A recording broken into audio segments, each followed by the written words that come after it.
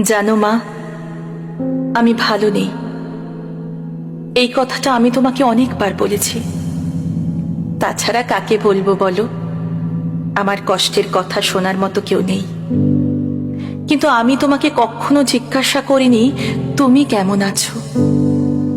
মনে আছে মা, যখন তুমি চিকেন রান্না করতে, তখন আমাদের ভালো ভালো চিকেন পিসগুলো খেতে দিতে, আর যেগুলো পড়ে থাকতো সেইগুলো তুমি খেতে। আমি কিছুটা অবাক হতাম, আর মনে মনে ভাবতাম কি করে তুমি খাও।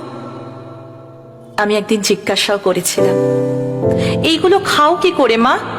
তুমি উত্তর দিয়েছিলে, এইগুলো আমি খেতে ভালোবাসি। আজ বুঝতে পারছি কেন এইগুলো খেতে ভালোবাসতে। কারণ আজ আমিও মা। মনে আছে মা, যখন আমি রাগ করে